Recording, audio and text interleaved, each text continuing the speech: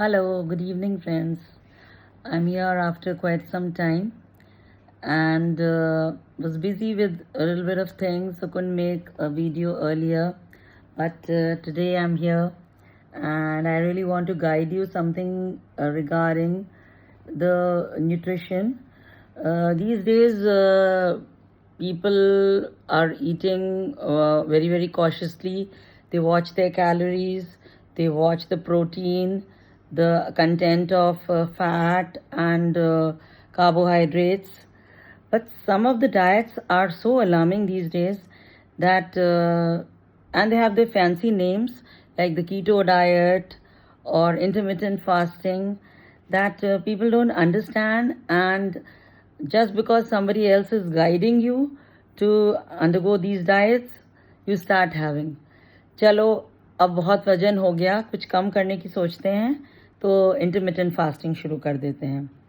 Intermittent fasting कैसे करनी है, क्या करनी है, उसमें क्या प्रिकॉशंस लेने हैं, इसका हमें कोई नॉलेज नहीं होता।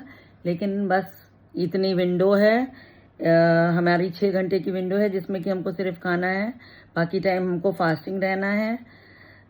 इसको ही बस फॉलो करते हैं। इसलिए इंटरमिटेंट फास्टिंग करने से पहले बहुत ज़रूरी है जानना कि ये होता क्या है, बेसिकली इसका फंडामेंटल क्या है और ये क्यों करना ज़रूरी है वेट लॉस के लिए, हेल्दी लाइफस्टाइल के लिए, और किसको ये करना चाहिए और किसको ये नहीं करना चाहिए। ये दोनों चीज़ें भी बहुत इम्पॉर्टेंट होती हैं। तो सबसे पहले समझते हैं कि इंटरमिटेंट फास्टिंग होता क्या है। इंटरमिटेंट फास्टिंग का मतलब होता है कि आप थोड़ी देर के लिए खाना खाते हैं और बाकी देर आप सिर्फ पानी पीते हैं, खाना नहीं खाते हैं, जिसको बहुत ही बेसिक शब्दों में मैंने समझाया है। तो जैसे कि हम लोग की आदत होती है कि जब भूख लगी तो फट से कुछ उठाया और खा लिया, चाहे हेल्दी हो चाहे अनहेल्दी हो, तो हमारा धीरे धीरे वेट गेन होता जाता है और हम रियलाइज़ भी नहीं करते हैं कि कब वो इतना पहुंच गया कि वेट लॉस करना डिफ़िकल्ट हो जाता है। तो उसमें जो सबसे आसान तरीका होता है वेट लॉस करने का, वो उसको इंटरमिटेंट फास्टिंग करके किया जा सकता है, जिसमें कि आपके खाने पे बेसिकली रेस्ट्रिक्शन नहीं होता कि क्या खा सकते हैं क्या नहीं खा सकते हैं। You can eat everything which is healthy but in moderation, but only during certain time period of the day. Rest of the time you are fasting.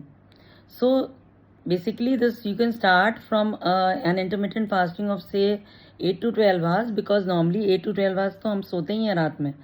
तो रात का खाना जल्दी खा लें, मान लीजिए 7 बजे से पहले या 8 बजे से पहले, और उसके बाद हम सो जाएं 10 बजे तक, और सुबह उठ के 8 बजे से पहले कुछ ना खाएं, तो ऑलमोस्ट 12 घंटे की फास्टिंग तो हमारी वैसी ही हो गई। तो ये इंटरमिटेंट फास्टिंग करना बहुत आसान है, और अगर हम रोज़ ऐसे ही डाइट फॉलो करेंगे तो सिर्फ टाइम पे खाना खाने से ही आपकी इंटरमिटेंट फास्टिंग हो जाएगी और आपका वेट लॉस होना स्टार्ट हो जाएगा। इसके अलावा कुछ लोग अपनी फास्टिंग पीरियड जो है वो बढ़ाते जाते हैं धीमे धीमे, बट ये बढ़ाना धीमे चाहिए बिकॉज बॉडी को एडजस्ट और एक्लिमेटाइज होने में थोड़ा टाइम लगता है। तो इसको हम, जैसे हमने बताया कि 12 घंटे रात में फास्टिंग से स्टार्ट करके सुबह देर से खाना स्टार्ट कर सकते हैं कि सुबह उठ के आपने पानी पी लिया, आपने नींबू पानी ले लिया जिसमें कैलोरीज नहीं है, उस टाइप का फूड ले लिया, और उसके बाद अपना वर्कआउट करा या एक्सरसाइज करी या वॉक करा, और उसके बाद फिर खाना स्टार्ट किया से अराउंड 9 o'clock और 10 o'clock। तो फास्टिंग आपकी 12 + 2 14 घंटे की हो गई। तो इंटरमिटेंट फास्टिंग बढ़ गई और आपका वेट लॉस होना शुरू हो गया। इसका बेसिकली फंडामेंटल ये होता है कि आपका बार बार इंसुलिन रिलीज़ नहीं होता है। अगर आप 12 घंटे तक कुछ भी नहीं खाएंगे तो उतने ड्यूरेशन में आपका इंसुलिन रिलीज़ नहीं होगा, और इंसुलिन रिलीज़ अगर नहीं हुआ तो अपने आप ही बॉडी में वेट लॉस होना स्टार्ट हो जाता है। Natural way of losing fat from your body. तो आज मैंने आपको बहुत बेसिक सा इंटरमिटेंट फास्टिंग के बारे में बताया, और इसका फ़ायदा तभी होगा जबकि आप इसको एक प्रॉपर हेल्दी डाइट के साथ लें, मतलब जो कुछ खाएं वो हेल्दी हो, और थोड़ी बहुत एक्सरसाइज या वॉकिंग भी साथ में करें। Thank you.